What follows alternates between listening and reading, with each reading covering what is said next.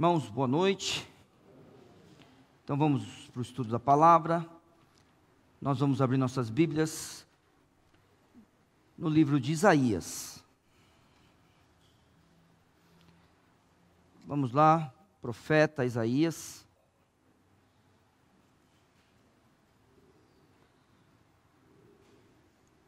Nós vamos para o capítulo 11, irmãos. Então, vamos assentados mesmo. A Bíblia nos diz assim, a partir do verso 1. Porque brotará um rebento do tronco de Jessé, e das suas raízes um renovo frutificará.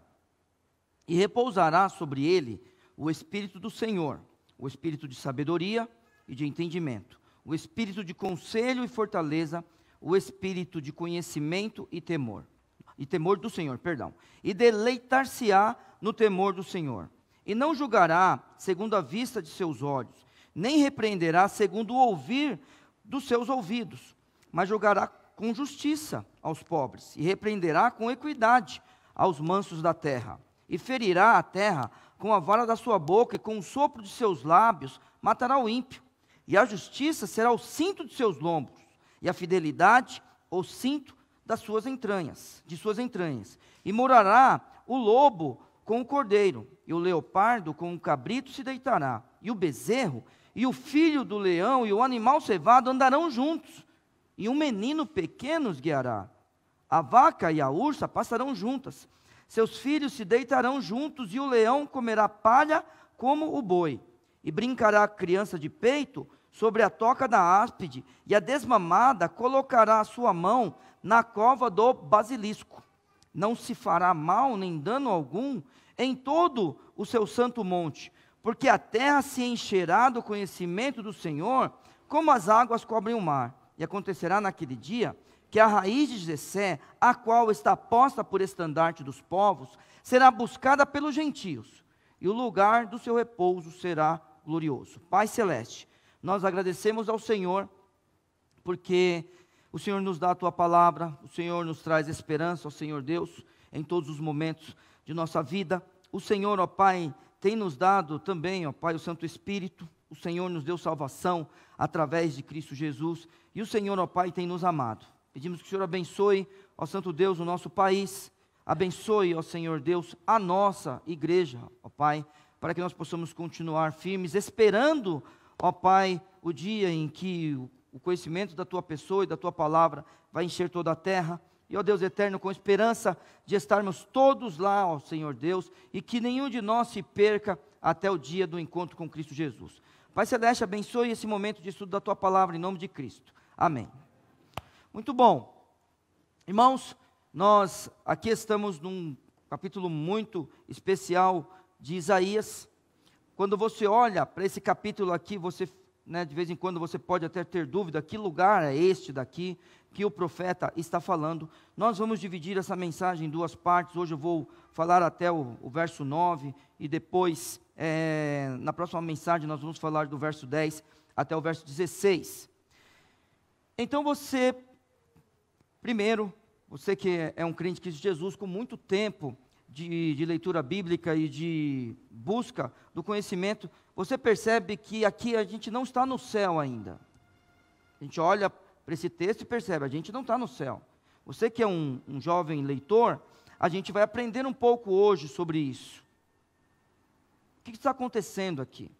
Aqueles mais experimentados sabem que aqui ele não está na Jerusalém celestial, vivendo para toda a eternidade. Aqui ainda estamos aqui na terra, mas a gente está vendo o reino do Messias, literal e visível neste planeta. Vamos começar agora a estudar e vamos ver até onde nós vamos conseguir chegar, tá? Eu acredito que temos bastante tempo hoje, então a gente vai conseguir falar desses 10 versículos. Mas eu quero que você já perceba o seguinte: porque brotará um rebento do tronco de Jessé, e das suas raízes um renovo frutificará.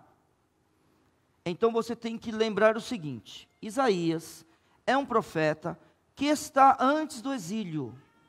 Isaías é um profeta que está avisando para o povo tudo o que vai acontecer com o povo de Israel.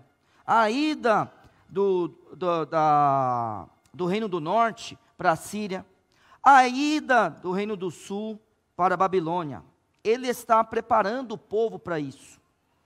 Então é claro que fica evidente isso quando ele fala que brotará um rebento do tronco. Então a árvore será cortada. Não foi cortada ainda, porque Isaías está profetizando que isso irá acontecer. Ele não está olhando para o passado e dizendo o que aconteceu. Ele está falando, olha, lembrando só uma coisa, lembrando que Isaías, no verso 1 do primeiro verso de Isaías, diz, visão de Isaías, filho de Amós, que ele teve a respeito de Judá e Jerusalém, nos dias de Uzias, Jotão, Ezequias, rei de Judá. Então ele passou por todos esses reis aqui.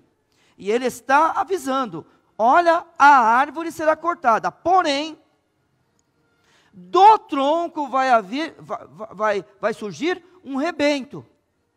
Do tronco vai haver um broto.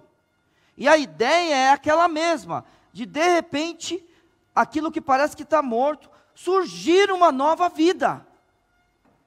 Porque a Bíblia está nos contando isso.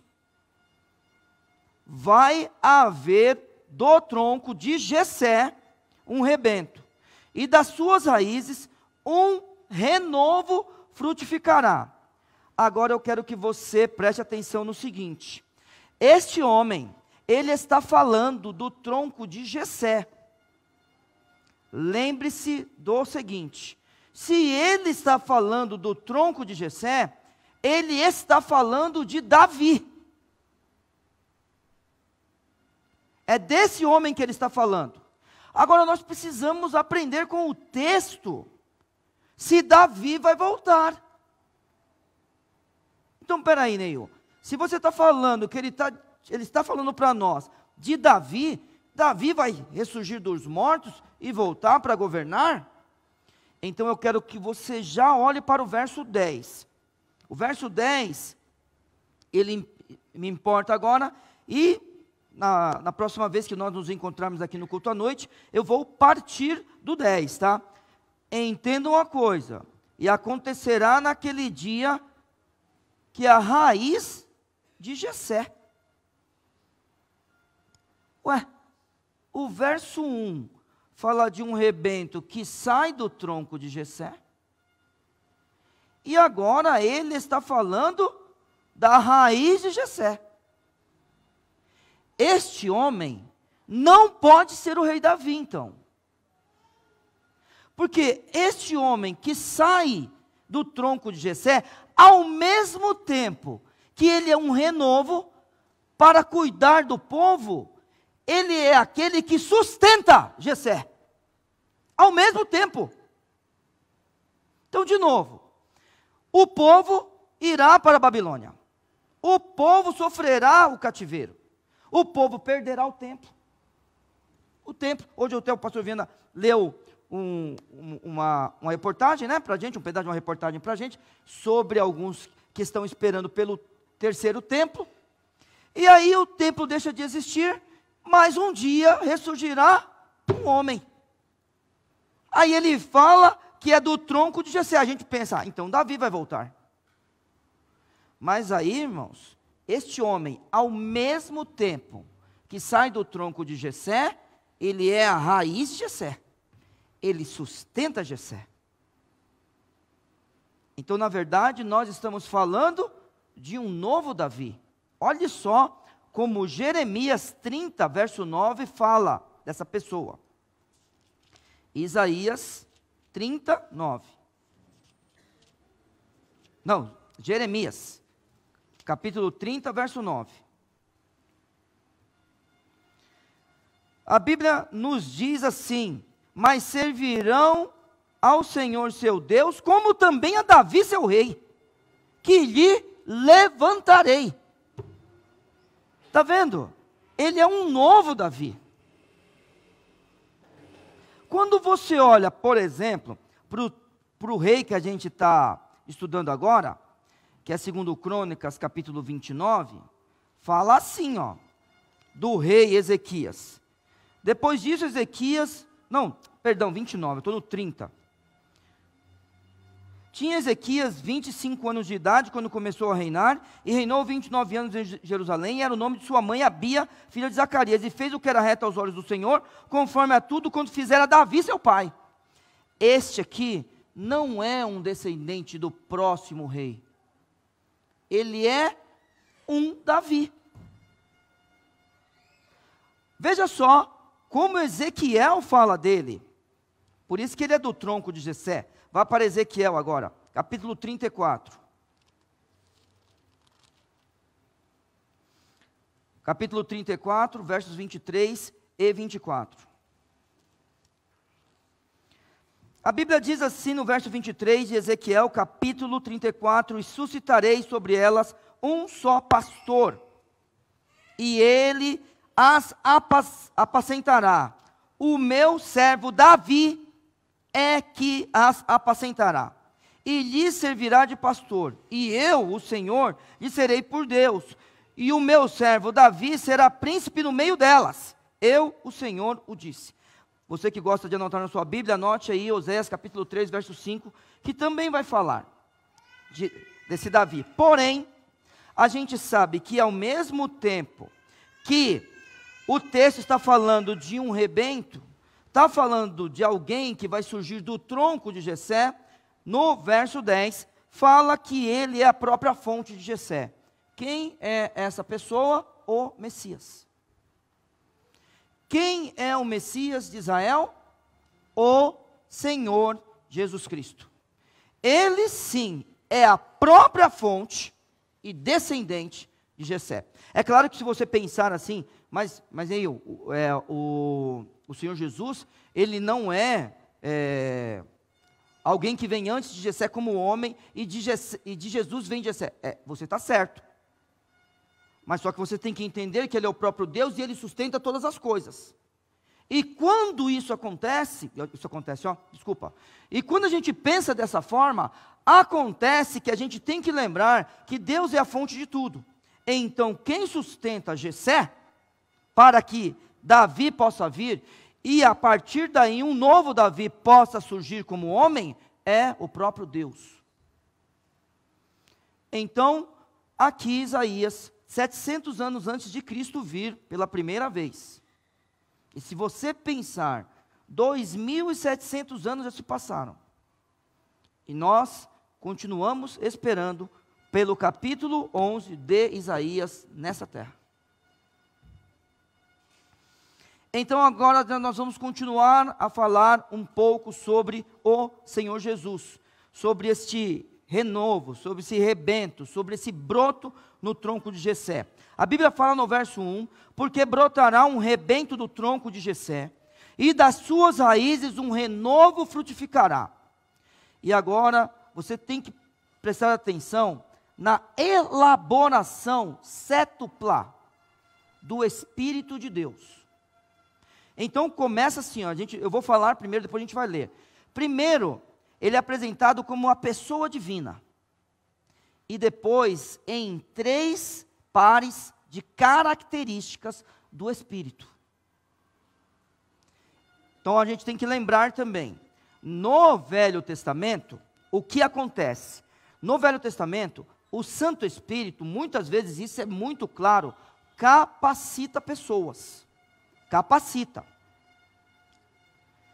Só que a gente sabe que os verdadeiros filhos de Deus tinham o Santo Espírito.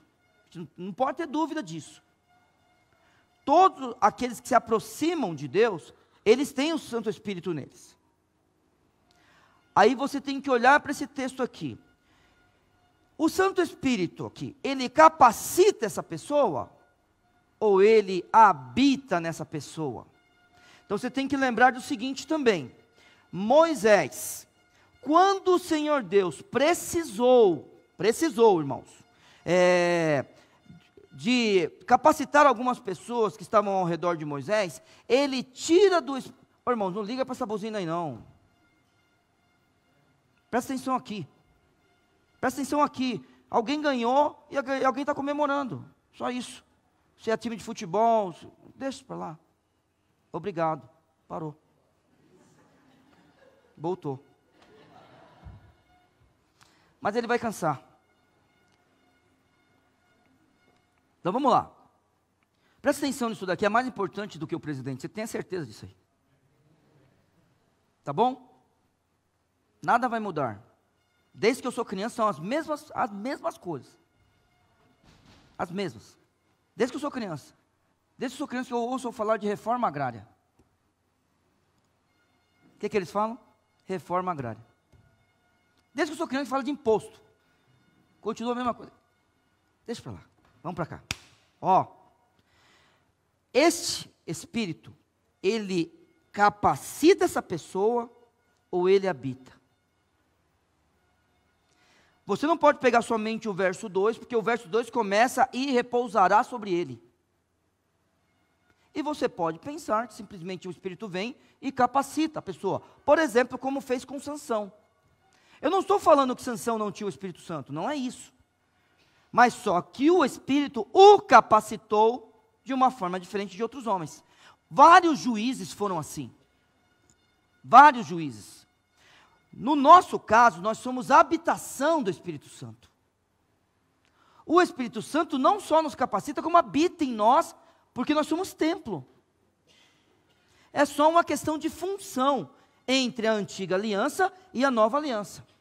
Mas olhe para a elaboração cétupla do Espírito nesse texto.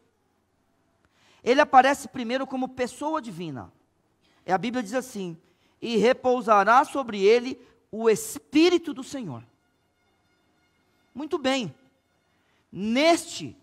Que é o rebento, que é aquele que vem do tronco de Jessé, aquele que vai ressurgir quando o tronco já estiver cortado, sobre ele a pessoa divina estará.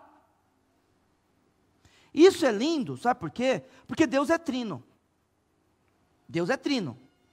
E para que o Espírito repouse sobre esta pessoa, ele tem que ser um homem.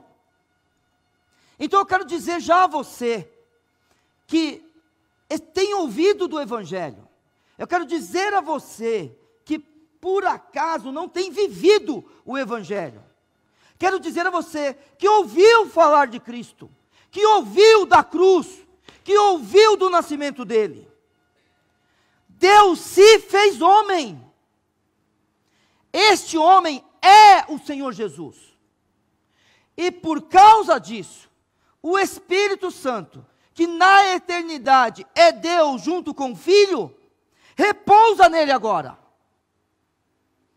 E aí, após apresentar essa primeira apresentação dele, que é na forma da pessoa divina, porque a gente tem que lembrar que Deus é Pai, Filho e Espírito Santo, ele começa com 6 características.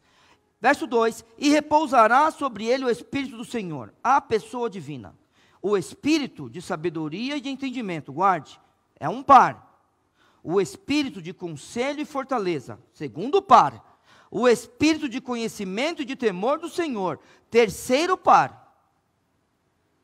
Ótimo, deixa eu te adiantar uma coisa. Aqui é a apresentação do Messias. Versos 1 e 2, Isaías apresenta o Messias para nós. Para, no verso 3 até 5, falar de seu governo. Daqui a pouco a gente vai ver isso daí.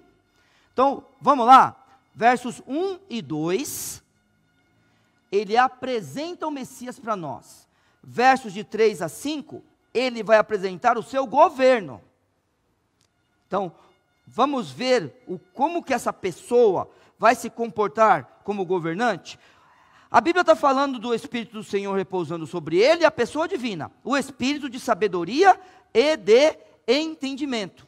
O texto está falando para nós, que ele será um bom governante. Então aqui tem justiça e governo, porque ele precisa de sabedoria e entendimento. Sempre lembrando, quando aparece junto aqui, a sabedoria é a forma geral. o entendimento já é a visão que ele terá para enxergar coisas que ninguém mais enxerga.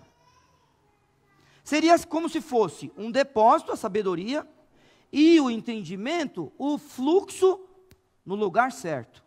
Este homem, ele tem que governar com sabedoria. Ele tem que ter entendimento para isso. Primeiro par, sabedoria e entendimento. Segundo par, conselho e fortaleza. Este homem que é o Messias, além de um bom governante, sábio e entendido, ele é alguém que tem estratégia militar.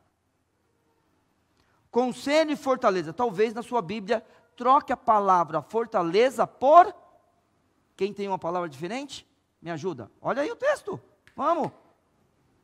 Alguém tem uma palavra diferente de fortaleza? Não, todo mundo é fortaleza, não é possível. Todo mundo tem a mesma Bíblia que eu? Vou buscar aqui, quem tem uma outra tradução? Todos têm fortaleza? Não. Poder. Conselho e poder. Quem é esse homem? Alguém que militarmente é organizado. Ele está preparado para a guerra. É o verso 2, tá, gente? Tudo bem? Verso 2, eu estou no segundo par das características do Espírito, porque o texto fala assim, ó, verso 2, e repousará sobre ele o Espírito do Senhor, o Espírito de sabedoria e entendimento. O Espírito do Senhor, a pessoa divina.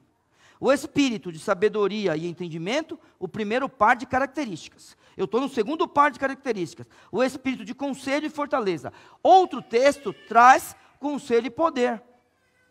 Então, um dia sim, a gente terá um governante que organizará de forma justa todas as coisas. Terceiro par de características do Espírito.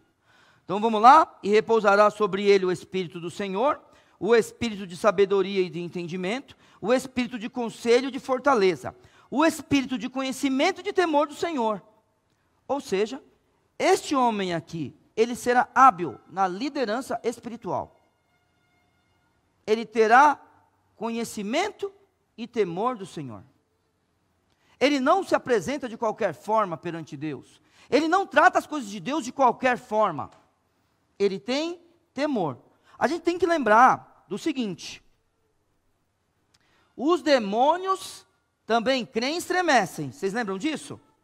Sim ou não? Você crê que há só um Deus? Lembra do texto de Tiago? O que Tiago diz?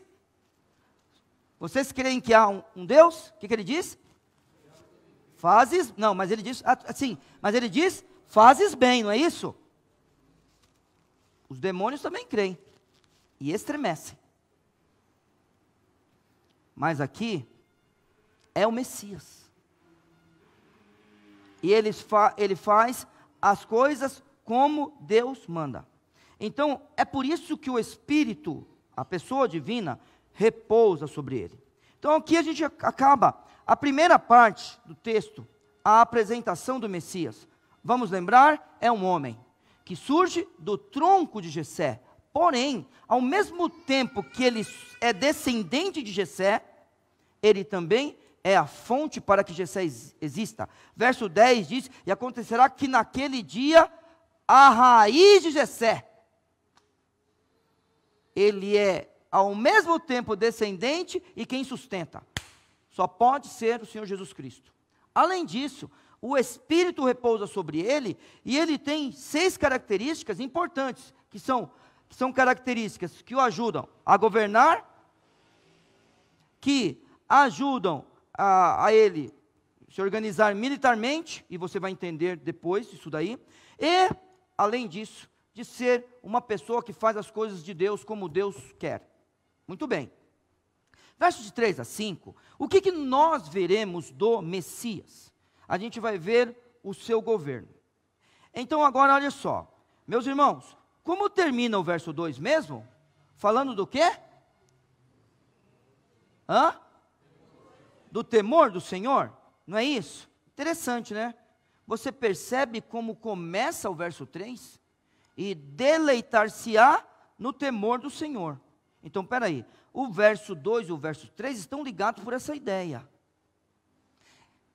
Este homem trata as coisas de Deus como Deus gosta, se submete ao Senhor, ele conhece a Ele, e ele o reverencia. Só que não é apenas isso. De vez em quando, você sabe disso. Você teve filhos obedientes? Hã? Teve, né?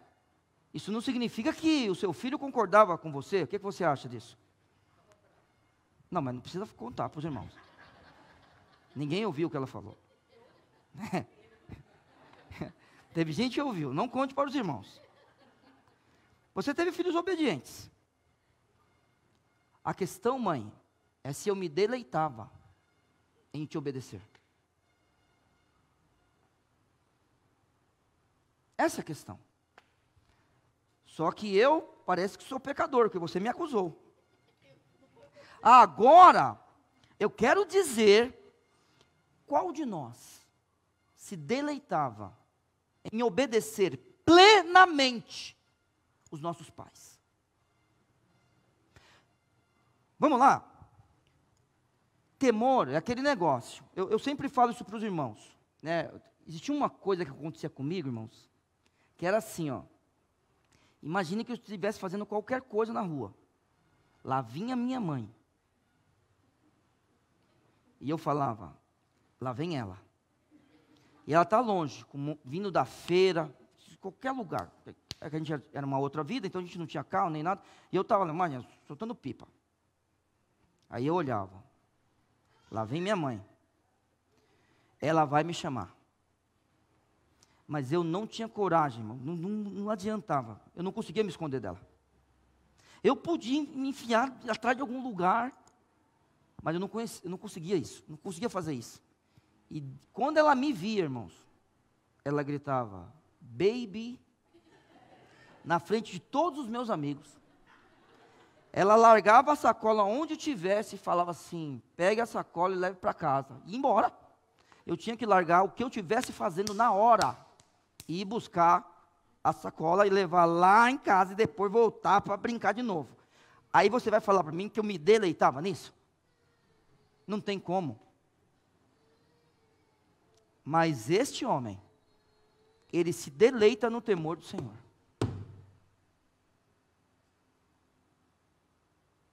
Ele é diferente. Ele é o nosso Senhor Jesus Cristo, o nosso exemplo. Aquele que quer fazer a vontade de Deus. E não é à toa que no terceiro par de características do Espírito, ele pega uma dessas características e trata de uma forma que internamente ele se alegra em Deus. E aí, é claro, agora a gente está falando do seu governo. Tinham quantos pares mesmo de características? 3. Nestes 3 pares, uma das características a gente já viu no começo do verso 3. Só que é impossível governar sem sabedoria, entendimento, conselho, fortaleza, ou como está na Bíblia da irmã Bruna, né, poder e conhecimento. Não há como. E o verso 2 se liga com o verso 3, no sentido do temor do Senhor. Ele tem o temor do Senhor e ele se deleita nisso. Ele se alegra nisso. Vamos lá. Quantos de nós não tomamos decisões em relação a Deus? Quantos de nós, hein? Oh, Neil, mas eu já sou crente, que bom. E você não precisa mudar em nada? Eu não preciso mudar em nada? Quantos de nós não estamos tomando decisões diárias? Porque aquele que começou a boa obra vai aperfeiçoá-la. Rogo-vos, pois, irmãos, pela compaixão de Deus, que apresenteis os vossos corpos em sacrifício vivo. A Bíblia fala que é para a gente se alegrar em Deus.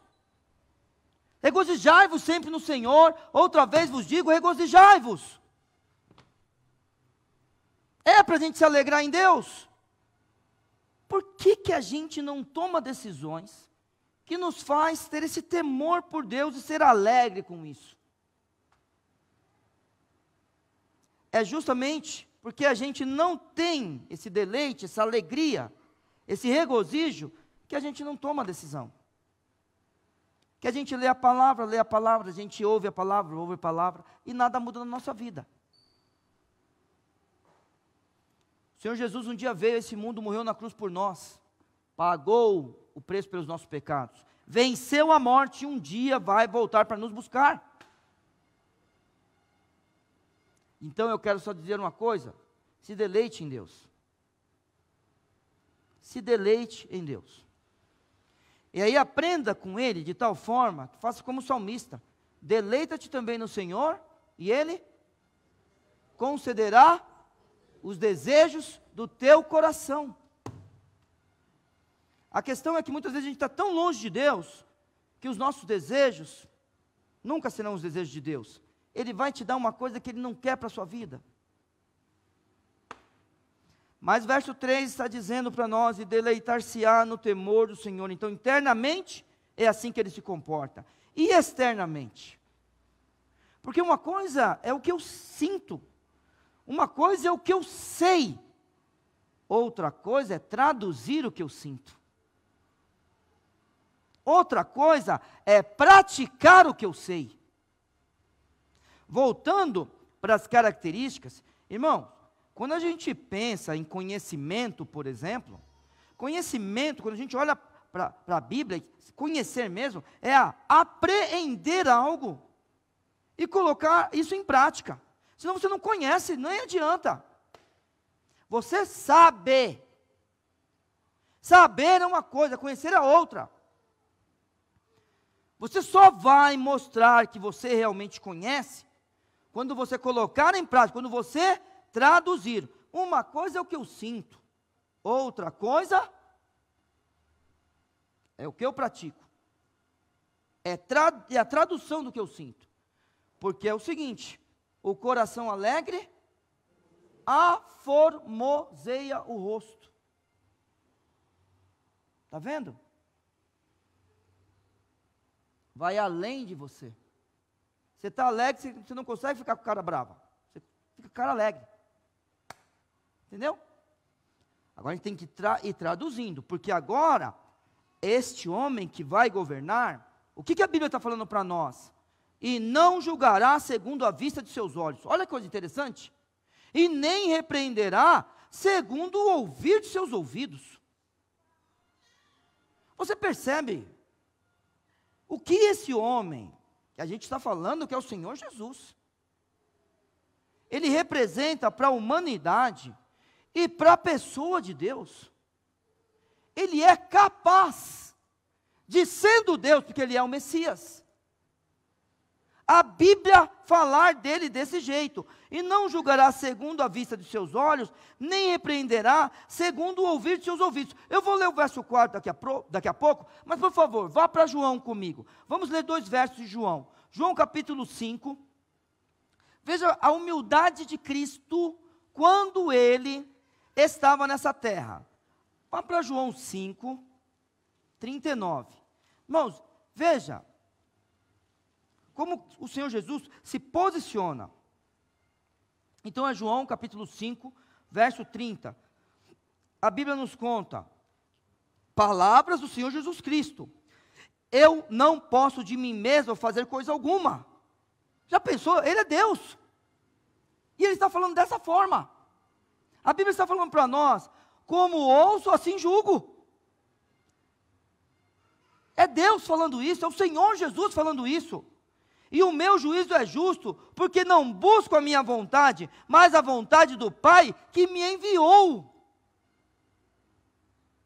É o Messias falando para os seus discípulos. É o Messias, é que eu não estou lembrado qual é o contexto aqui, mas talvez tenha outras pessoas ouvindo aqui. Aqui parece que não é algo particular, numa reunião particular de Cristo, né? Não, está vendo a cura de um enfermo? Devia estar falando aqui com quem estava acusando a ele, os fariseus. Vá para o capítulo 12, verso 49. Olha isso aqui. capítulo 12, verso 49.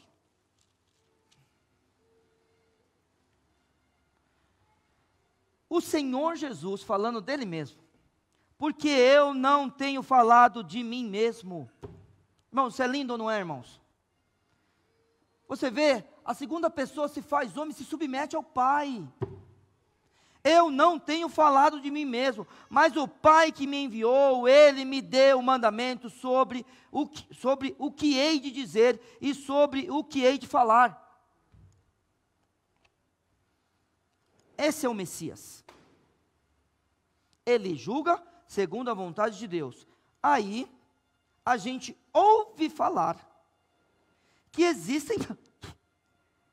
Eu não vou chamar de pastores, não vou. Que existem homens que durante essa eleição não deixou o povo tomar ceia se votasse determinado candidato. Irmãos, aonde vai parar uma coisa? Agora você quer que eu chame aquele homem de pastor? É isso que você quer? Vem falar comigo depois do culto que ele é pastor. Você quer que eu fale que aquele povo que está reunido ali, se submetendo a um absurdo desse, é igreja? É isso. O Senhor Jesus se submete ao Pai. Aí eu e o pastor Viana estamos cuidando da igreja e a gente não submete à palavra não, pastor Viana. A gente faz o que dá na nossa cabeça. Onde vai parar isso aqui, irmãos? Será que a gente vai aceitar se um dia vier um pastor que não vai para a palavra e fala das coisas para a gente? O Senhor Jesus, a Bíblia está falando aqui para nós, Ele vai se deleitar no temor do Senhor. A Bíblia está dizendo aqui para nós, não julgará segundo a vista de seus olhos, Ele é Deus. Aí a Bíblia está falando para nós, não repreenderá segundo o ouvir de seus ouvidos. Então, peraí. Ele é Deus. Então como Ele vai se comportar? Verso 4. Isaías, né? Estão lembrados, né? Eu estou lá em Isaías.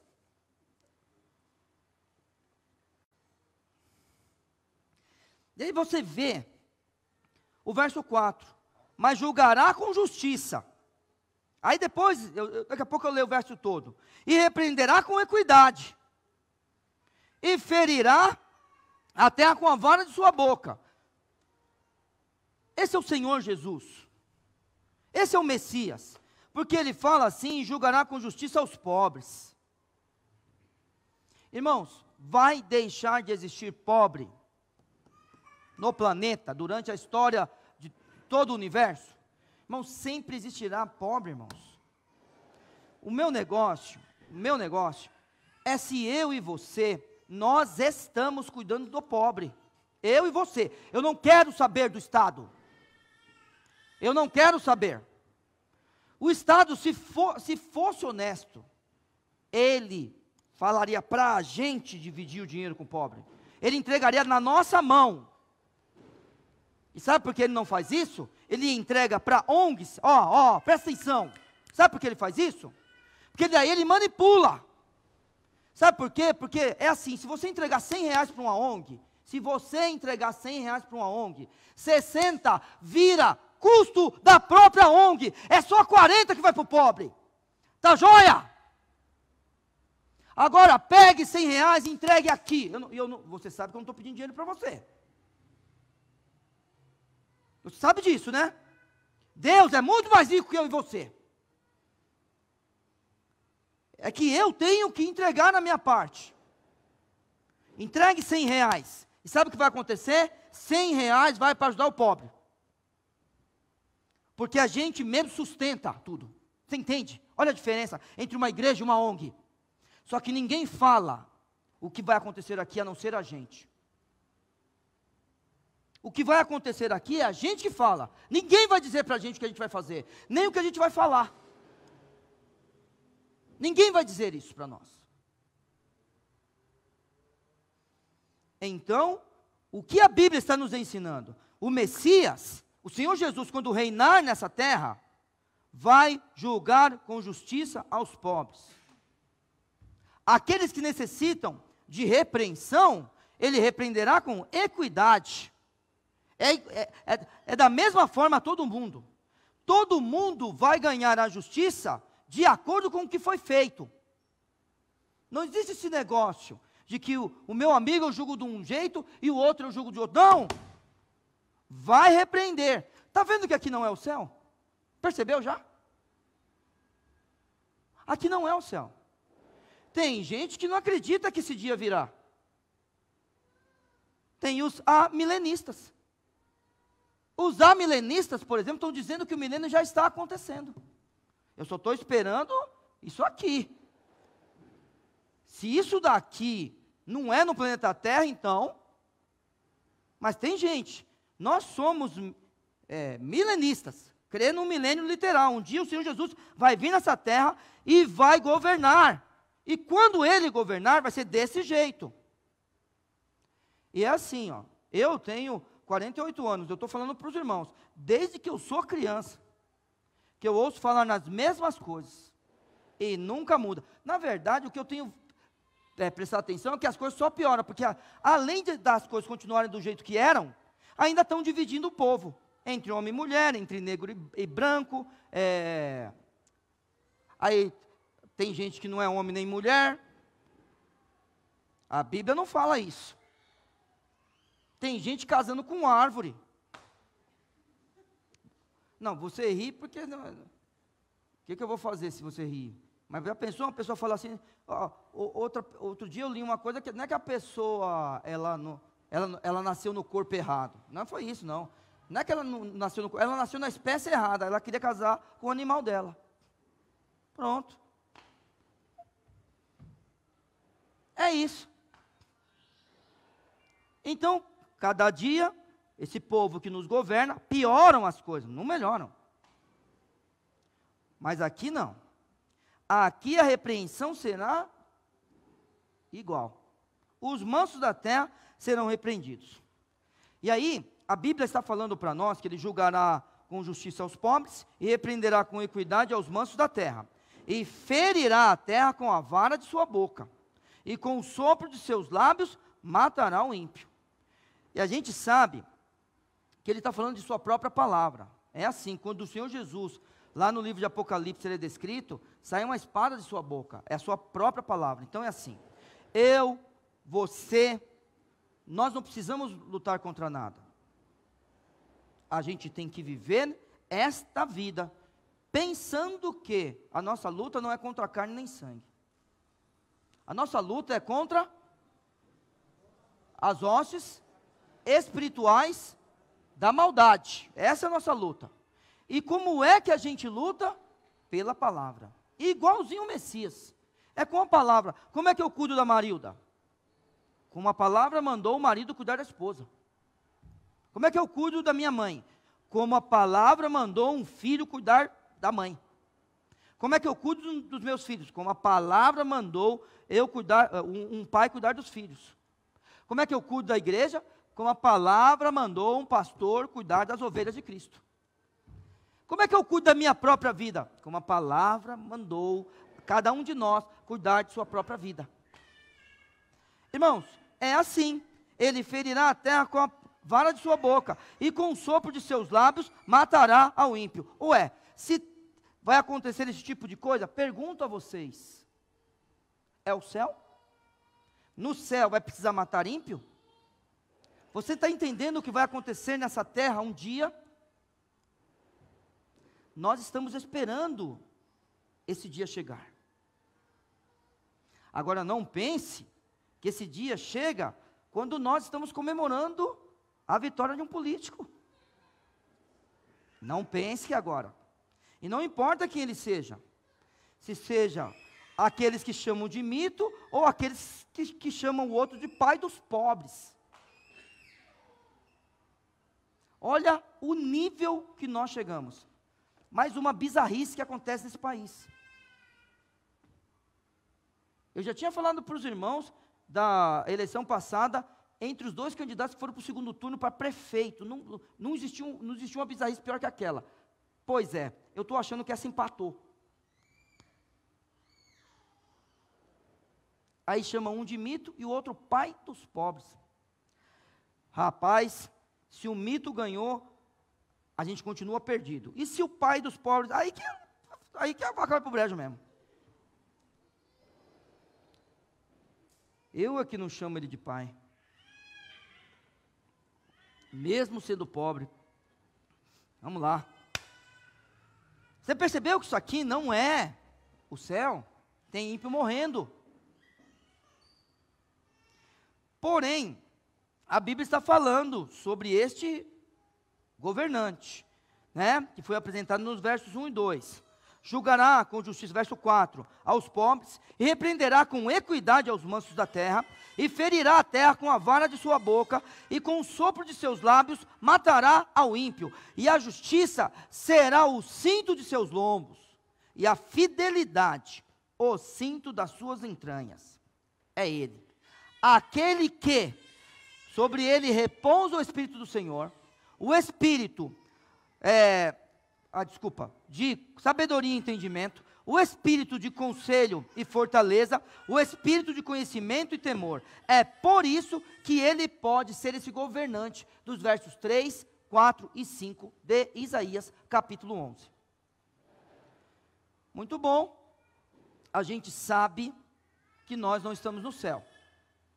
A gente olha para o texto e percebe que existe morte e existe alguém que precisa governar de forma justa. Porém, não é um lugar como esse aqui. Não é. Nós temos que falar, Maranata, ora vem Senhor Jesus. Sabe por quê? Porque um dia nós iremos para o céu. Sabe por quê? Porque nós queremos estar no céu. Vamos lá. Aqui, todos comigo, todos comigo. Não tem problema nenhum. Vamos lá. Nós queremos estar no céu. O céu é muito melhor que aqui. Os irmãos que morreram, já estão no céu. Irmãos, eles estão no paraíso junto com o nosso Senhor Jesus Cristo. Nem o que eles estão fazendo, esse é o problema. Como a Bíblia não me contou, eu não vou falar para vocês. Porque se eu falar para vocês, é uma mentira. Então, já que eu falei que é mentira, não vou nem brincar, falando que é para perguntar para a pastor Viana. Não vou nem brincar. Hoje eu não vou nem brincar com isso aí. Mas estar com Cristo é melhor. Mas é nítido que o céu não foi inaugurado ainda. Mas eu te pergunto, se hoje um de nós partirmos, temos certeza que um dia, temos certeza que iremos para o paraíso, onde Cristo falou que iria levar o ladrão da cruz, ou o malfeitor da cruz? Temos certeza que um dia nós vamos ressuscitar para reinar neste lugar aqui, ó. Vamos ver? Que lugar é esse? Irmãos, verso 6. A gente viu o governo. Agora veja como será a terra nesta época. E morará o lobo com o cordeiro. Opa, peraí, tem uma coisa errada. Porque você falou, Neil, que não era o céu. Mas como é que um lobo vai ficar perto do cordeiro? Irmãos, o que lobo faz com o cordeiro hoje? Se alimenta. Não é isso? Olha o texto bíblico. Olha o texto. E o lobo morará o lobo com o cordeiro. E o leopardo com o cabrito se deitará. Não é possível. Irmãos, esse lugar está parecendo com quem, irmãos? O que você acha? Você já leu, se você está lendo a Bíblia, você já leu sobre um lugar que era assim. Parece com Éden, não parece? Como o Éden não vai voltar, porque a Bíblia não nos fala sobre isso, mas pelo menos a vontade de Deus para o início da criação, ela é restaurada. Vai existir uma época neste mundo em que aquilo que aconteceu no Jardim do Éden, não plenamente, porque não dá para ser pleno, porque a gente pecou, e aqui você está vendo que existe morte. Se você tem dúvida, a Bíblia está falando, e ferirá a terra com a vara de sua boca, e com o sopro de seus lábios, matará o ímpio. Tem morte, então não pode ser o Éden. A partir do momento que a morte entrou no Éden, o homem foi expulso de lá.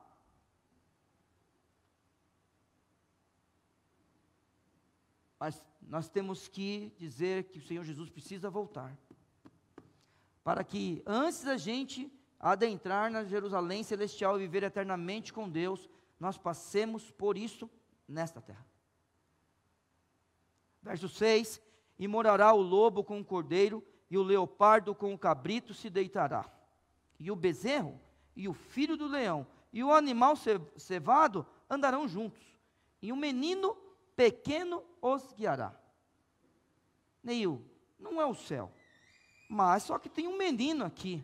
Que coisa interessante, né? Será que nessa época vai haver nascimento na terra? Está vendo? Vai haver morte.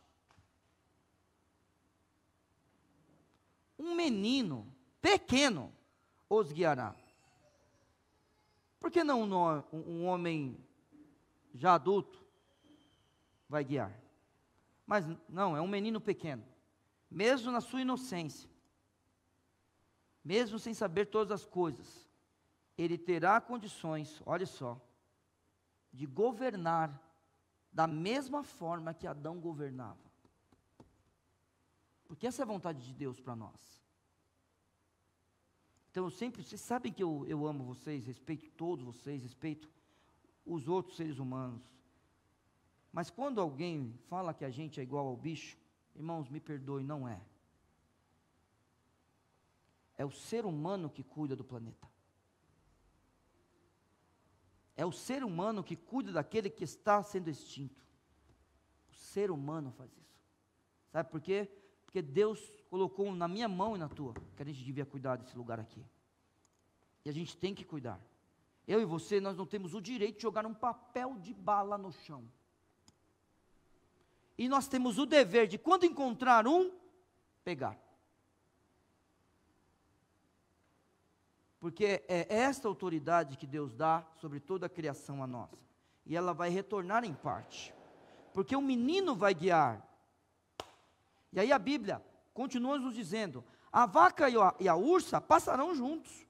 Seus filhos se deitarão juntos. E o leão comerá palha como o boi. Por que eles podem andar juntos? Porque o alimento deles agora é o mesmo. Então, o leão não se alimenta mais da vaca. O leão não se alimenta do cabrito, do cordeiro e assim por diante. Não. O leão, o urso, o lobo, eles comem juntos. Com cabritos, com bezerros, com bois, é assim. Então, olha só, a influência do pecado, nesta época, será diminuída. Sabe por quê? Porque o Messias estará conosco. Porque o Senhor Jesus estará reinando nesta terra. E toda a criação espera por esse dia. Espera por esse dia. Toda a criação. Porque hoje ela está sujeita ao pecado. Por causa de nós. Nós somos os responsáveis. Mas a criação espera por esse dia. Verso 8 diz: e brincará a criança de peito sobre a toca da áspide. Você percebeu que um menino pequeno vai guiar? Percebeu ou não? Animais.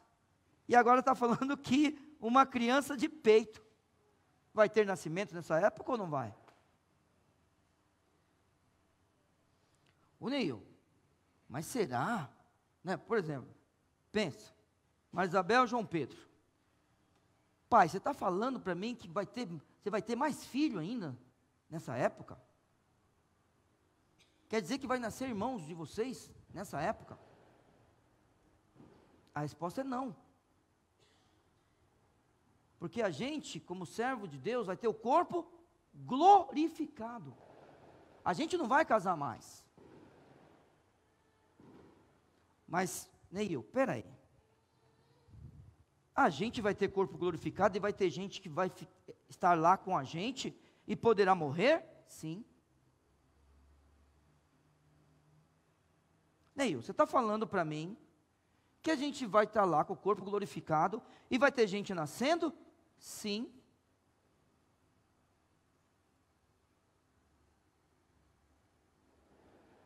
Neil, que lugar é este?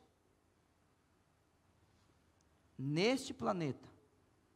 A Bíblia está falando para nós, e brincará a criança de peito sobre a toca da áspide, e a desmamada colocará a sua mão na cova do basilisco. Tem ímpio, tem criança nascendo. Que lugar é esse? Eu vou voltar para terminar a mensagem no verso 9, mas abra sua Bíblia, por favor, em Apocalipse. Vamos lá. Lembra que eu falei agora há pouco que a influência do pecado vai diminuir? Lembra ou não lembra? Vamos lá? Estamos juntos aí em Apocalipse? Vamos para o capítulo 20.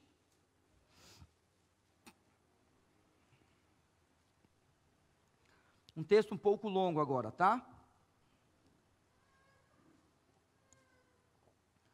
Apocalipse capítulo 20, vi descer do céu um anjo, que tinha a chave do abismo, e uma grande cadeia na sua mão. Está ouvindo o que está escrito em Apocalipse? E ele prendeu o dragão, a antiga serpente, que é o diabo e Satanás, e amarrou-o por 1000 anos. Por que nós somos milenistas?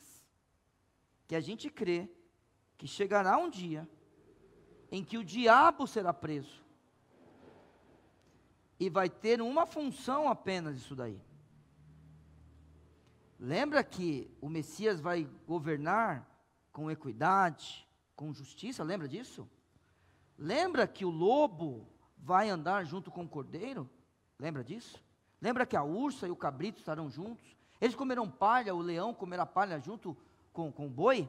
Lembra? Lembra que o menino pequeno guia todos os animais? Ele está governando sobre eles. Lembra que a criança de peito pode, um bebê, pode pegar numa serpente. Sabe por quê? Porque a influência do pecado nesta época vai ser diminuída. Satanás estará preso. E o verso 3 diz: e lançou-o no abismo, e ali o encerrou, e pôs selo sobre ele, para que não mais engane as nações.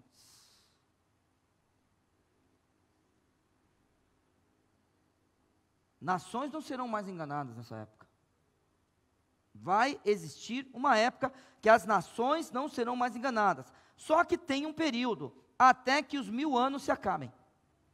E depois disso, importa que seja solto por um pouco de tempo. Opa! Ele vai ser solto depois do milênio. Aí você viu o que vai acontecer naquela época lá, né? Pessoas morrendo, por exemplo. Mesmo com a influência do pecado bem pequenininha, o pecado ainda influencia. E influencia de tal forma que um dia ele vai ser solto. Eu vou ler, só para os irmãos terem o conhecimento da leitura do texto. A Bíblia diz no verso 4: e vi tronos e assentaram-se sobre eles, e foi-lhes dado poder de julgar, e vi as almas daqueles que foram degolados pelo testemunho de Jesus e pela palavra de Deus, e que não adoraram a besta nem a sua imagem, e não receberam um sinal em suas testas nem em suas mãos, e viveram e reinaram com Cristo durante 1000 anos. Mas os outros mortos não reviveram, até que os 1000 anos se acabaram. Esta é a primeira ressurreição. Então, depois a gente estuda melhor o capítulo 20 de Apocalipse, mas vai ter gente que vai continuar morta nessa época. Nós ressuscitaremos. Nós estaremos com o nosso corpo glorificado. E alguns entrarão no milênio junto conosco. Bem-aventurado e santo aquele que tem parte na primeira ressurreição. Sobre esses não tem poder a segunda morte, mas serão sacerdotes de Deus e de Cristo e reinarão com ele 1000 anos. E acabando-se os 1000 anos, Satanás será solto da sua prisão e sairá a enganar as nações. Paro aqui, você lê depois o restante. É por isso que tem ímpio nessa época. Se não houver ímpio, quem ele vai enganar? A nós ele não pode. Você Ele não pode enganar. E eu te convido a estar lá, pelo sangue de Cristo, com o seu corpo glorificado, e não ser enganado, mesmo que você entre no milênio.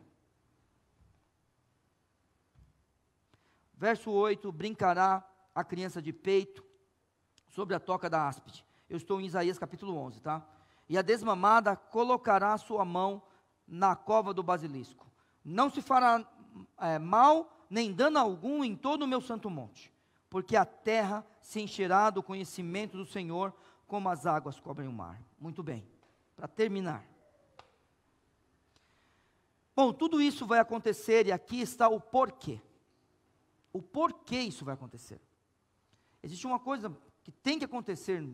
Primeiro que Deus, Ele nos orienta a isso. Deus nos orienta a buscar a sabedoria que vem dEle. Ele nos orienta sempre. Ele nos orienta sobre o poder de Sua palavra. Nos orienta sempre. Ele nos orienta dando conselhos que só estão na Sua palavra. Tem coisas que as outras pessoas não entendem, porque a gente se comporta do jeito que a gente se comporta. E a gente se comporta do jeito que a gente se comporta, porque a gente aprendeu na palavra. Muito bem. Qual deveria ser o nosso propósito de vida? Ser cheio do Espírito Santo, não é isso? Você quer ser cheio do Espírito Santo? Então seja cheio da palavra de Deus. Porque o Espírito Santo, ele é o autor da palavra. Quer ser cheio do Espírito Santo? Se encha da palavra de Deus. Quer fazer com que tudo ao seu redor seja modificado? E eu não estou falando que você vai modificar as pessoas, mas pegue a palavra de Deus e tenha realmente consciência dela. Tenha pleno conhecimento dela. Lembrando que conhecimento, quando nós estamos falando num texto como esse, é apreender aquilo que Deus te ensina e depois colocá-lo em prática. Não é um saber, é uma tradução. Aquilo que está dentro de você, traduzido, para que um dia, diante do tribunal de Cristo, eu e você, a gente possa ser julgado por Cristo, por aquilo que a gente fez por meio do nosso corpo. Vamos lá? Por que é que o lobo morará com o cordeiro? O leopardo com o cabrito se deitará. O bezerro e o filho do leão andarão juntos. Por que é que a vaca e a ursa passarão juntos? Por que é que um menino vai conseguir controlar toda a humanidade? Por que é que um bebê pode colocar a mão onde estão as serpentes? Por que é que não haverá mais mal nem dano algum em todo o lugar? Mesmo havendo ímpios, você não pode pensar na maldade como ela é agora. A gente tem que pensar que existe maldade, mas num grau muito pequeno. E só tem uma justificativa para isso aqui. Você acabou de descrever o Messias. É por causa dele. Mas ele chegou. E ele é a própria palavra. Ele é a palavra. Ele é o Logos. Ele fala e as coisas acontecem. E aí eu e você, submetidos a ele, precisamos entender isso. Verso 9, e eu termino aqui. Não se fará mal nem dano algum em todo o meu santo monte, porque a terra se encherá do conhecimento do Senhor, como as águas cobrem o mar. A minha oração agora para você e para mim, é que a gente seja cheio do conhecimento de Deus. Quem sabe a gente não aproveita um pouquinho mais essa terra, vivendo aqui no antegozo do milênio, no antegozo do céu, porque a gente tem o conhecimento da palavra e a gente sabe viver de acordo com a vontade de Deus. Que o Senhor Deus te abençoe e que você tome boas decisões. Por quê? Porque o conhecimento chegou até você. Você apreendeu, você absorveu tudo isso, coloque em prática. Obrigado, Pai, pela tua palavra. Nos ajude a entendê-la. Nos ajude, ó Senhor Deus, a conhecer a tua vontade. E nos ajude, ó Senhor Deus, a caminhar nessa terra para glorificar o teu nome em todas as nossas ações. Seja na nossa casa, aqui na igreja, no meio do povo que está aí precisando de Cristo. Nos ajude. Marque encontros para a gente falar de Jesus. Nos dê poder da tua palavra. Nos encha do teu Santo Espírito, nos enchendo da tua palavra e do conhecimento que só vem do Senhor. Abençoe que essa noite nós possamos estar aqui para te glorificar. Em nome de Jesus. Amém. Por favor, pastor Viana, me ajude aqui. E os irmãos que vão cantar a canção final.